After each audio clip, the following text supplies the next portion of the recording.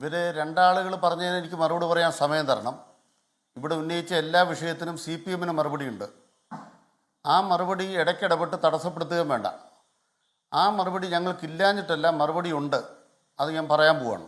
ഒന്ന്, അടിയന്തര പ്രമേയം അവതരിപ്പിച്ച് അവതരണത്തിന് തയ്യാറാണെന്ന് മുഖ്യമന്ത്രി പറഞ്ഞത് സഭ ശാന്തമായിരിക്കുമ്പോഴാണ്. അല്ലാതെ ഓരോന്നോരോന്നായിട്ട് ഏറ്റവും അവസാനം കുഴൽനാടനും സംഘവും സ്റ്റേജിൽ കയറി കഴിഞ്ഞല്ല, സ്പീക്കറുടെ പുറകിൽ ചാടി കയറി കഴിഞ്ഞിട്ടല്ല. അതുകൊണ്ട് ആദ്യമായിട്ട് കോൺഗ്രസിൻ്റെ പ്രകൃതി പറഞ്ഞ പച്ചക്കള്ളം, നുണ, ഞാൻ നുണയിൽ നിന്നും വിളിക്കത്തില്ല, പക്ഷെ പച്ചക്കള്ളം സതീശനെ അക്കാര്യത്തിൽ പരാജയപ്പെടുത്തി എന്ന് മാത്രമേ ഞാൻ പറയുന്നുള്ളൂ. നിങ്ങൾ സഭാരേഖകൾ നോക്കൂ. ഞാൻ ആധികാരികമായിട്ടാണ് പറയുന്നത്. അവിടെ ബഹുമാനപ്പെട്ട മുഖ്യമന്ത്രി റൂൾ 50 പ്രകാരമുള്ളതിന് അടിയന്തര പ്രമേയത്തിന് തയ്യാറായെന്ന് കൃത്യമായിട്ട് പറഞ്ഞത് സഭ ശാന്തമായിരിക്കുമ്പോഴാണ്. അതിനുശേഷമാണ് ബഹളം. അതുകൊണ്ട് ആ പറഞ്ഞത് കള്ളം. രണ്ടാമത്തെ പ്രധാനപ്പെട്ട കാര്യം, ഇവിടെ ഏതെങ്കിലും തരത്തിൽ ഞങ്ങളുടെ നേതാക്കന്മാരെ കളവ് പറഞ്ഞ് അപമാനിക്കാൻ കുതന്ത്രം നടത്തുന്ന കോൺഗ്രസ്, ഇവിടെ റിയാസിൻ്റെ പേരുമായി ബന്ധപ്പെട്ടൊരു വ്യക്തിയുടെ പേര് പെടുന്നല്ലോ, ഫാരിസ് അബൂബക്കർ. നിങ്ങൾക്ക് ഒരു തവണ കൂടെ പറയാൻ തൻ്റെ ഇടമുണ്ടോ? കേസിനെ നേരിടേണ്ടി വരും. ഫാരിസ് അബൂബക്കറിനെ ജീവിതത്തിൽ ഒരിക്കലും കണ്ടിട്ടില്ല എന്ന് മുഹമ്മദ് റിയാസ് വ്യക്തമാക്കിയിട്ടുണ്ട്. ആ കാലഘട്ടത്തിലാണ് അദ്ദേഹം ഏതാണ്ടൊരു സ്ഥാനാർത്ഥിയാണെന്ന് പറഞ്ഞ് കുറേ പേർ ഇറങ്ങിത്തിരിച്ചത്. ഓർമ്മയുണ്ടാവുമല്ലോ 2009 ലോക്സഭാ തെരഞ്ഞെടുപ്പ്. അതുകൊണ്ട് ഞങ്ങളുടെ നേതാക്കന്മാർ ആരുടെയും ഒരു പകുതിയായിട്ടല്ല പൊതുമണ്ഡലത്തിൽ നിൽക്കുന്നത്. അഭിമാന പുരസരം മലപ്പുറത്തെ കളക്ട്രേറ്റിന് മുന്നിൽ തല്ലുകൊള്ളുമ്പോൾ ഫാരിസ് അബൂബക്കർ അല്ല തല്ലിയത്, ഉമ്മൻചാണ്ടിയുടെ പോലീസാണ് സമരത്തിൽ ആ റിയാസിനെ. അതുകൊണ്ട് റിയാസിനെ സ്പോൺസർ ചെയ്ത് ഫാരിസ് അബൂബക്കർ അല്ല, ഉമ്മൻചാണ്ടി സർക്കാരും പോലീസുമാണ്. അവർക്കെതിരായ യുദ്ധത്തിൽ ചോര കിനിഞ്ഞ ഒരു ജീവിതാധ്യായമുള്ള മനുഷ്യനാണ് അദ്ദേഹം. അതുകൊണ്ട് മുഖ്യമന്ത്രിയുടെ മകളെ കല്യാണം കഴിച്ചു എന്ന് പറഞ്ഞ് ഒരാളെ പീഡിപ്പിക്കുന്നതിനും ആക്രമിക്കുന്നതിനും അപമാനിക്കുന്നതിനും ഒരു മര്യാദ വേണം. അത് മര്യാദകേടായിപ്പോയി. അടുത്തത് ഇവിടെ ഉന്നയിക്കപ്പെട്ട ചോദ്യങ്ങളുമായി ബന്ധപ്പെട്ട് പറയാം. 7 അടിയന്തര പ്രമേയങ്ങൾ നിയമസഭയിൽ അവതരിപ്പിക്കാൻ ഈ സമ്മേളന കാലത്ത് കഴിഞ്ഞു, ഈ നിയമസഭാ കാലത്ത് കഴിഞ്ഞു. അത് മോദിക്ക് പഠിക്കുന്ന പിണറായി വിജയനാണ്, സംശയമൊന്നുമില്ല. അത് അനുവദിക്കുന്ന സ്പീക്കർ എന്ന് പറയുന്നത് ചട്ടപ്രകാരമല്ല പ്രവർത്തിക്കുന്നത്. ഇപ്പോൾ ഉന്നയിക്കപ്പെട്ട ഏത് ചോദ്യമാണ് സഭയിൽ വരാത്തത്, നിങ്ങൾക്ക് ഉന്നയിക്കാൻ ബുദ്ധിമുട്ടുള്ളത്?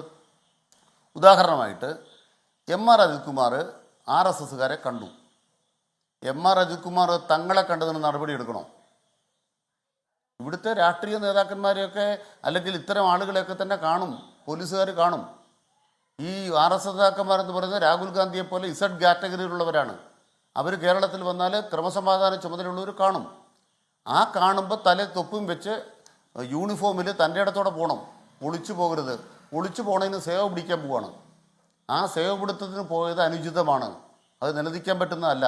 ഇതാണ് ഞങ്ങളുടെ നിലപാട്. അതിനാണ് ട്രാൻസ്ഫർ ചെയ്തിരിക്കുന്നത്. അല്ലാണ്ട് അജിത് കുമാറിൻ്റെ പേരിൽ വേറെ ഒരു കുറ്റം ഇപ്പോൾ കണ്ടെത്തിയിട്ടില്ല. അതുകൊണ്ട് അൻവറിന് നിങ്ങൾക്ക് പരിചയമുണ്ടെങ്കിൽ കോൺഗ്രസ് പകുതിയോട് പറയുകയാണ്, അൻവറിനോട് പറയണം, അജിത് കുമാറിനെതിരെ തെളിവ് കൊടുത്തിട്ട് വരാൻ പറയണം. നിങ്ങൾ ഒളിച്ചോടുക എന്ന് പറയുമ്പം അൻവർ ഒളിച്ചോടിയിരിക്കുകയാണ്, ഒരു തെളിവും കൊടുത്തിട്ടില്ല. പി ശശി സ്വർണം കടത്തി എന്ന് പറഞ്ഞാൽ തെളിവ് കൊടുക്കണ്ടേ? പി ശശി ഏതെങ്കിലും തർക്കത്തിൽ തെറ്റായിട്ട് ഇടപെട്ട് വന്നാൽ തെളിവ് കൊടുക്കണ്ടേ? ചുമ്മാ വല്ലതും പറഞ്ഞിട്ട് പോയാൽ മതിയോ? അതുകൊണ്ട് കേസ് ശശി അങ്ങോട്ടാണ് കൊടുത്തിരിക്കുന്നത്. അതുകൊണ്ട് ചോദ്യങ്ങൾക്ക് ഉത്തരമില്ലെന്നല്ല, ചോദ്യം ചോദിച്ചിട്ട് ഓടി രക്ഷപ്പെടുന്ന അൻവറിൻ്റെ മൂത്താപ്പയായിട്ടാണ് ഇന്ന് VD സതീശനും പ്രതിപക്ഷവും മാറിയത്.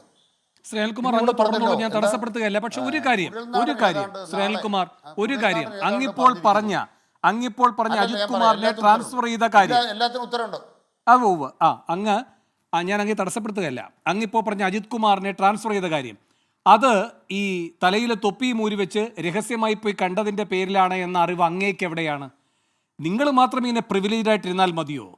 ഇത് പുറത്തറിഞ്ഞിട്ടില്ലല്ലോ ഈ കാരണത്തിലാണ് അദ്ദേഹത്തെ മാറ്റിയതെന്ന്. ഒന്ന്. രണ്ടാമത്തെ കാര്യം ഞാൻ വേഗം നിർത്താം. അതാര് വെളിപ്പെടുത്തിയതിൻ്റെ അടിസ്ഥാനത്തിലാണ്? പിണറായി വിജയൻ വെളിപ്പെടുത്തിയതിൻ്റെ അടിസ്ഥാനത്തിലല്ല. പിണറായി വിജയൻ അറിയാഞ്ഞ കാര്യം പിണറായി വിജയനോട് പ്രതിപക്ഷം വെളിപ്പെടുത്തിയതിൻ്റെ ഭാഗമായിട്ടാണ് ഇപ്പോൾ വീരസ്യം പറയുന്ന ഈ നടപടി ഉണ്ടായത്. അപ്പോൾ ജനാധിപത്യത്തിന് ഗുണകരമാകുന്ന രീതിയിൽ പിണറായി വിജയനെ കാര്യങ്ങൾ ധരിപ്പിച്ച റോള് കൂടിയാണ് അങ്ങ് പറയുന്ന അങ്ങയുടെ നേതാവുണ്ടല്ലോ മുഖ്യമന്ത്രി, നിലവാരമില്ലാത്ത കാര്യങ്ങൾ ചെയ്യുന്ന ഈ പ്രതിപക്ഷ നേതാവാണ് ഈ കാര്യങ്ങൾ ചെയ്തത്. അപ്പോൾ ഏത് നിലവാരത്തിൽ സ്വന്തം ADGP പ്രവർത്തിച്ചു എന്നത് അദ്ദേഹത്തിന് ചൂണ്ടിക്കാട്ടിയത് നിലവാരമില്ലാത്ത പ്രതിപക്ഷ നേതാവാണെങ്കിൽ ആ പ്രതിപക്ഷ നേതാവിന്റെ നിലവാരക്കുറവാണ് മാതൃകാപരം. ഏത് നിലവാരത്തിൽ മുഖ്യമന്ത്രി ഇരിക്കുന്നു ഇതൊന്നും കാണാതെ എന്നത് പരിശോധിക്കേണ്ട നിലവാരത്തിലാകണം പാർട്ടിയെ പ്രതിനിധീകരിക്കുന്ന അങ്ങുണ്ടാകേണ്ടത്. ശ്രീ അനിൽകുമാർ.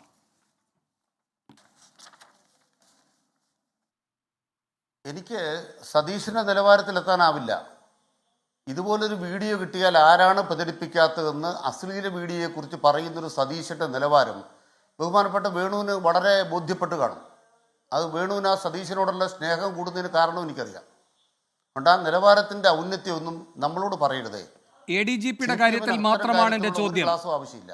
ADGPയുടെ കാര്യത്തിൽ മാത്രമാണ് ഞാൻ പ്രതിപക്ഷ നേതാവുമായി ബന്ധപ്പെട്ട് പറഞ്ഞത്. ഞാൻ പറയട്ടെ, സതീശനെ കുറിച്ച് പറയാം.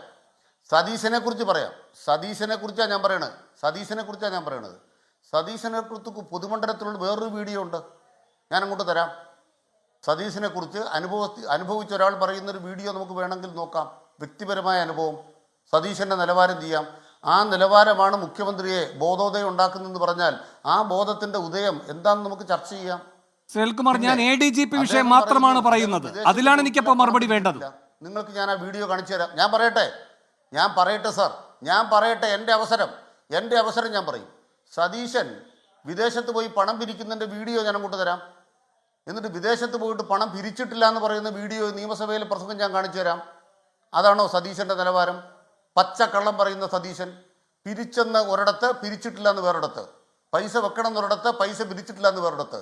മന്ത്രിമാർക്ക് പോലും വിദേശത്ത് പ്രളയം കഴിഞ്ഞ് പിരിക്കാൻ അനുവാദം കൊടുക്കാത്ത കേന്ദ്രം സതീശന് മാത്രം അനുവാദം കൊടുത്തത് വിളക്ക് കൊളുത്തിയത് കൊണ്ടാണ്. സതീശനുമായിട്ട് എന്താ തർക്കം? കേരളത്തിലെ മുഖ്യമന്ത്രിക്ക് വ്യക്തിപരമായി കുടുംബത്തെ രക്ഷപ്പെടാൻ ADGP അജിത് കുമാറിനെ ദൂതനായി വിട്ടുവന്ന പെരുന്നുണയാണ് സതീശൻ പറഞ്ഞത്. ആ പെരുന്നുണയ്ക്കാണ് മുഖമടച്ച് കേരളത്തിലെ മുഖ്യമന്ത്രി മറുപടി പറഞ്ഞത്. എന്താ മുഖ്യമന്ത്രി പറഞ്ഞത്? എന്നെ വഴിവിട്ട് സഹായിക്കാൻ ലോകത്തൊരാൾക്കും പറ്റത്തില്ല, ആ പണിക്ക് പോകുന്ന ആളല്ല ഞാൻ. ഇവിടെ പറഞ്ഞല്ലോ, എന്താ കരിവന്നൂരുമായി ബന്ധപ്പെട്ട് AC മൊയ്തീൻ്റെ പേരിൽ ഹൈക്കോടതിയിലെ ആ കേസിനകത്ത് AC മൊയ്തീന് അനുകൂലമായിട്ടാണ് വിധി. AC മൊയ്തീനെതിരല്ല. അത് യാദൃച്ഛികമല്ല, അത് ED കൊടുക്കേണ്ട കാര്യങ്ങൾ യഥാക്രമം കൊടുക്കാതിരുന്നത് കൊണ്ട് കിട്ടിയ ആനുകൂല്യം അല്ലല്ല. അതൊരു മഹത്വമായിട്ട് വെക്കേണ്ട. അത് EDയുമായിട്ട് ബന്ധപ്പെട്ട് നിങ്ങൾക്ക് കിട്ടുന്ന ഒത്തുകളിയുടെ ഭാഗമായിട്ടുള്ള ആനുകൂല്യമാണ്. അതൊരു വലിയ തൂവലായിട്ട് മൊയ്തീൻ എടുത്ത് വെക്കുന്നെങ്കിൽ വെച്ചോളൂ.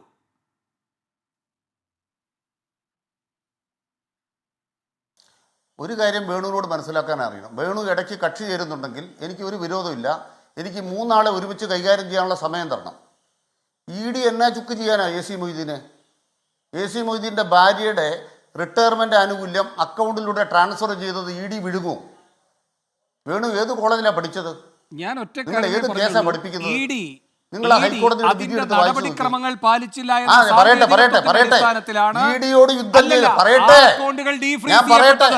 EDക്ക് എങ്ങനെയാണ് അങ്ങനെ ഒരു അലംഭാവം വരുന്നത്? അത് നിങ്ങൾക്ക് ഗുണകരമാകുന്നുവെങ്കിൽ അത് യാദൃച്ഛികമാണെന്ന് എങ്ങനെ കരുതാൻ കഴിയും? ഞാൻ പറയട്ടെ, നിങ്ങൾ വിഡ്ഢിത്തരം പറയരുത്. എന്താണെന്നറിയോ? ഒരു അരവിന്ദാക്ഷൻ്റെ അമ്മയുടെ സ്വത്ത്, അമ്മയുടെ ബാങ്ക് അക്കൗണ്ട് ഇവർ ഫ്രീസ് ചെയ്തു. അവർ യഥാർത്ഥത്തിൽ ഈ അരവിന്ദാക്ഷൻ്റെ അമ്മയല്ല, അയലോകത്തെ വേറൊരു സ്ത്രീയാണ്. ഈ EDയെ ന്യായീകരിക്കാൻ നിങ്ങളെപ്പോലുള്ള ആളുകളല്ലാണ്ട് ഈ സന്ധിക്ക് ഇറങ്ങിത്തിരിക്കുമോ? അല്പം നാണം വേണം.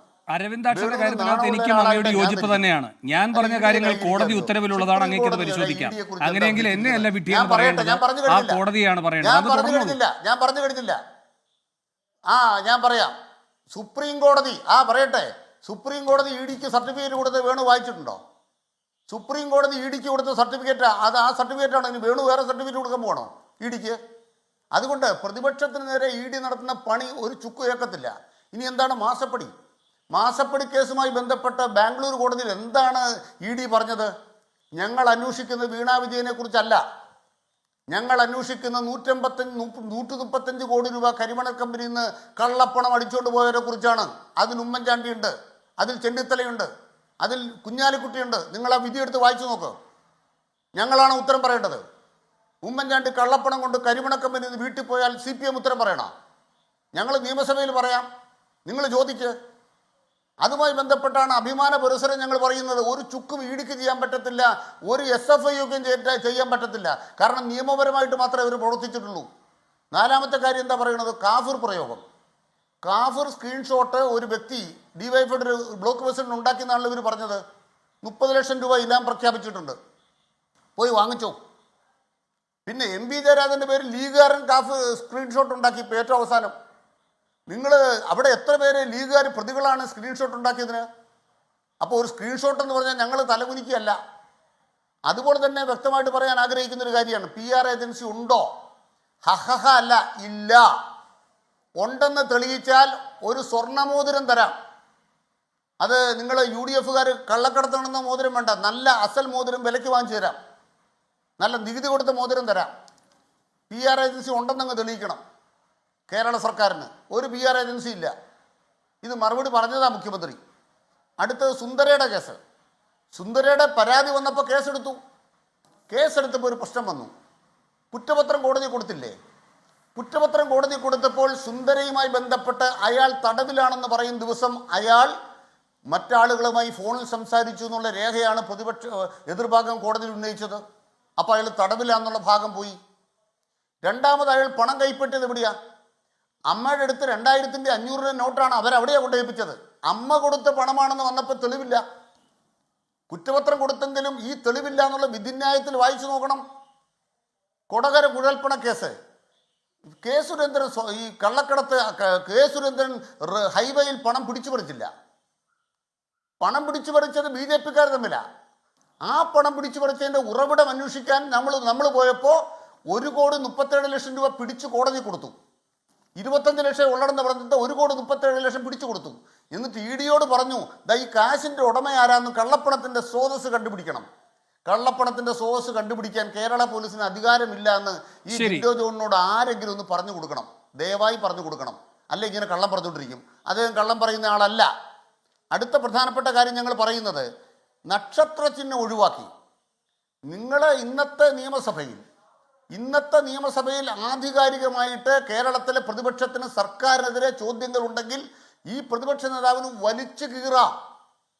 PR ഏജൻസിയുടെ കഥ പറയാം, ഹിന്ദുവിലെ ഇത് പറയാം, മലപ്പുറം പറയാം, സ്വർണ്ണക്കള്ളക്കടത്ത് പറയാം, എന്തെല്ലാം ഉണ്ടോ അതെല്ലാം അങ്ങ് പറയാമല്ലോ. അങ്ങ് പറയുന്നു എല്ലാത്തിനും മറുപടി പറയാൻ ബാധ്യതയില്ല. പക്ഷെ ഞങ്ങൾ കേട്ടിട്ട് മിണ്ടാതെ പോന്നാൽ ഇടതുപക്ഷ ജനാധിപത്യ പ്രവർത്തകന്മാർ ഞങ്ങൾ ചോദിക്കത്തില്ലേ, എന്താ അതിന് മറുപടി ഇല്ലാത്തത്? ഞങ്ങളോട് ചാനൽ ചർച്ച ചോദിക്കില്ല, ഇന്ന പോയിന്റിന് മറുപടി ഇല്ലാത്തത്. ഞാനിപ്പോൾ എണ്ണി മറുപടി പറഞ്ഞ പോലെ കേരളത്തിനകത്ത് മറുപടി കിട്ടി. ഇന്ന് സതീശൻ കേരളത്തിലെ മുഖ്യമന്ത്രിയെ അഴിമതിക്കാരനാണെന്ന് ചിത്രീകരിക്കുന്ന ഒരു കളവ് പറഞ്ഞു. ഞാൻ ആ സതീശനോട് പറയുകയാണ്, ഹൈക്കോടതി ചെന്നപ്പം ചെന്നിത്തല സതീശനോട് കേസ് കൊടുത്ത് ഹൈക്കോടതി ചെന്നപ്പോൾ പട്ടും വളയും കിട്ടിയോ ഹൈക്കോടതിയിൽ നിന്ന്? K-ഫോൺ കേസിൽ സതീശൻ്റെ ചെവിടിൻ്റെ കുറ്റി കടിച്ചില്ലേ ഹൈക്കോടതി? K-ഫോൺ കേസിലെ മുഖ്യമന്ത്രിക്കെതിരായ കള്ളപ്രചരണം നടത്തിയിട്ട് മുഖ്യമന്ത്രി കക്ഷിയല്ല. അതിൽ K-ഫോൺ കേസിൽ മുഖ്യമന്ത്രി കക്ഷിയല്ല. മുഖ്യമന്ത്രിയുടെ മകനോ മകളോ മരുമക്കളോ കക്ഷിയല്ല. അമ്മായിയച്ഛൻ കക്ഷിയല്ല. മറ്റേ വേറൊരു കേസുണ്ടല്ലോ, അഴിമതി ക്യാമറ എന്ന് പറയുന്ന കേസ്. എന്തായി സതീശൻ്റെ കേസിലെ വിധി? ഒന്ന് വായിച്ചു നോക്കൂ ജിൻഡോ ജോൺ. അതുകൊണ്ട് നിയമം ഞങ്ങളെ സ്വതന്ത്രരാക്കുകയും ഈ അഴിമതി ആരോപണങ്ങൾ വ്യാജമാണെന്ന് ഞങ്ങൾ കോടതി വഴി തെളിയിക്കുകയും ചെയ്യുന്നത് RSSൻ്റെ ഔദാര്യത്തിലല്ല. ഒരു മോദിയുടെ ഔദാര്യവും വേണ്ട, RSSൻ്റെ ഔദാര്യം വേണ്ട. അവരോട് യുദ്ധം ചെയ്തുകൊണ്ടാണ് ഞങ്ങൾ തല ഉയർത്തി നിൽക്കുന്നത്. തൻ്റെ ഇടം ഞങ്ങൾക്കുള്ളത് കൊണ്ട് ഏത് ചോദ്യത്തിനും ഉത്തരം പറയാം. ശരി സുനിൽകുമാർ, അങ്ങ് 8:04 സംസാരിച്ചു തുടങ്ങിയാണ്. ഇപ്പോൾ 8:18 ആകുന്നു. അങ്ങയുടെ അറിവിലേക്കായി പറയുകയാണ്, അങ്ങേക്ക് അവസരം നിഷേധിച്ചിട്ടില്ല.